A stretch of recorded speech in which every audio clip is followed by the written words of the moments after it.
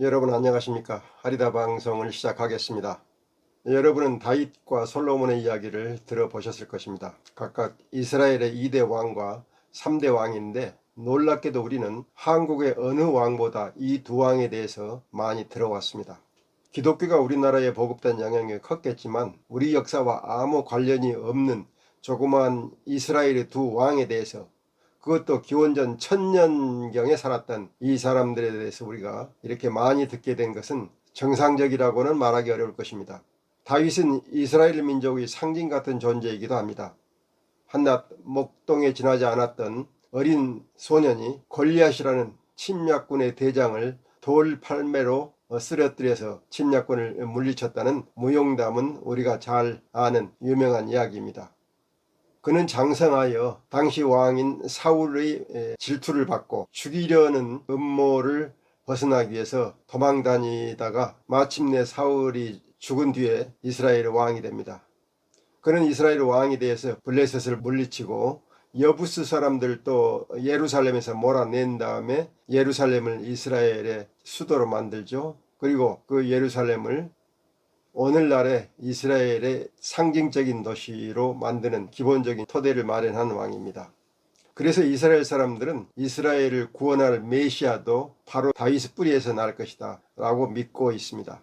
기독교에서 예수를 다윗의 자손으로 주장하는 것도 비록 억지스러운 주장이긴 하지만 이스라엘 사람들이 가진 이런 메시아 사상에 근거 있다고 말할 수 있습니다. 다윗은 부하인 우리야 장군의 아내 밧세바를 탐하여 우리야를 가장 위험한 전쟁터로 보내어 죽게 한 다음에 밧세바를 취하고 아내로 맞이합니다. 물론 아주 비윤리적인 행동이었죠. 그 밧세바에게서 태어난 아들이 솔로몬이고 그 솔로몬에게 다윗이 왕권을 넘겨줍니다. 솔로몬은 이스라엘의 역사에서 가장 대단한 황금기를 연 왕입니다. 마치 우리나라에서는 조선 세종대왕 시대를 연상케 하는 그런 황금기를 열었죠.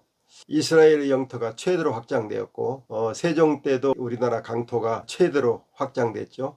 지금 우리가 예루살렘에서 볼 수 있는 예루살렘 성전, 세계 종교의 각축장이 되어 있는 그 예루살렘 성전을 건축한 분이 바로 솔로몬이죠. 솔로몬은 다양한 분야에서 지식이 깊고 또 지혜로운 왕이었다고 성경은 전하고 있습니다. 또 백성들의 존경과 사랑을 한 몸에 받은 왕이기도 했죠. 그런데 다윗과 솔로몬이 왕으로서 한 치적을 보면 정치적으로 또는 행정적으로 또는 제도적으로 이스라엘 백성을 잘 살고 이스라엘을 강하게 만드는 그런 정치적 업적은 별로 없습니다. 이분들의 치적은 주로 종교적인 면에서 강조되어 있죠. 다시 말하면 왕위로서 정치와 행정에 관련된 제도를 만들고 사람들의 삶의 질을 향상시키는 적은 빈약했다는 말이죠. 제가 주목하고자 하는 점은 다윗이나 솔로몬이 군사적으로나 종교적으로는 어느 정도 성과를 거뒀지만 정치적으로는 또는 행정적으로는 별 성과가 없었다는 거죠.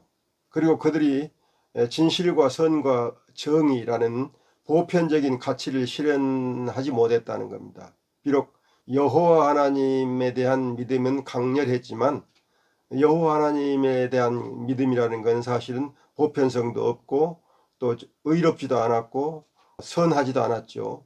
이런 면에서 본다면 우리가 지금 생각하는 다윗이나 솔로몬의 그 이미지, 이게 많이 왜곡되어 있다고, 다시 말해 너무 뻥튀기 되어 있다고 볼 수가 있습니다. 그렇지만 다윗의 자손이 구세주인 예수를 의미하는 것으로 보면 다윗은 종교적인 면에서 이스라엘 역사에서 매우 상징성이 큰 인물임이 분명합니다. 솔로몬은 슬기로운 통치자로서 기록되어 있지만 그의 슬기로움이 사실 객관적으로 나타난 예는 많지 않습니다. 특히 그의 사후의 아들들에 의해서 이스라엘이 분열된 것을 보면 그가 그리 유능한 정치지도자는 아니었다는 생각을 하게 만듭니다. 이들에 비해서 세종 이도는 다윗의 포악성이나 음란함이 없었고 솔로몬의 지혜보다 더 높은 지혜가 있었다고 봅니다. 무엇보다도 세종 이도는 왕이 백성에게 지은 책무를 완전하게 이해하고 이를 실천하는 일에 최선을 다한 왕이었다고 말할 수 있습니다. 세종 이도는 다윗과 솔로몬이 가졌던 여호와 신에 대한 믿음과 복종은 당연히 없었지만 그러나 진실과 선과 정의라는 모든 인류에게 필요한 보편적인 하나님의 길을 추구하였습니다. 물론 이분들을 단순히 비교하는 것은 위험하고 또 불필요할 수 있지만 중요한 것은 다윗과 솔로몬 왕에 못지않게 하나님은 사람으로서 세종 이도를 다시 발견해야 된다고 저는 생각하는 것입니다. 다윗은 많은 전쟁에서 사람을 죽였고 그를 발탁한 사울 왕의 시기로 인하여 목숨을 보존하기 위한 도피 생활을 하면서 많은 고초를 당했지만 세종은 아버지 태종 이방원이 닦아놓은 터 위에서 걱정 없이 다스릴 수 있었다는 점에서 세종이야말로 선택된 왕이었다고 말할 수 있습니다. 장자가 아님에도 셋째 아들로서 왕이 된 것도 하나님의 뜻이 없이는 이루어지기 어려운 일이 아니었나 생각합니다. 우리는 여기서 또 다른 하나님의 뜻을 확인할 수 있습니다. 솔로몬이 지혜의 왕임을 내세우는 근거가 된 유명한 판결도 엄밀하게 보면 하나님의 뜻에 합당한 판결이라고 보기에는 부족한 점이 있습니다.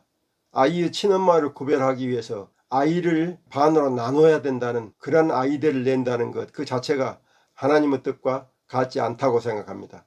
세종 이도라면 아이에게는 전혀 손을 대지 않고도 두 여성을 조사해서 누가 친엄마인지 정확하게 구별해낼 정도의 지혜를 가지고 있었습니다. 따라서 앞으로 우리는 세종 이도의 자질에 대하여 더 많은 것을 알아야 할 것입니다. 그래서 그에게서 하나님의 뜻이 현실화하는 양상을 살펴봄으로써 우리 정치인들이 갖춰야 할 덕목과 신앙에 대해서 성찰해 볼 필요가 있다고 생각합니다. 한국인을 향한 하나님의 뜻과 대한민국에서 실현되는 하나님의 뜻을 이해하는 일이 우리 민족과 인류의 구원에 절실하기 때문입니다. 오늘 말씀은 이것으로 마치겠습니다. 다음 주에 다시 뵙겠습니다. 여러분 안녕히 계십시오.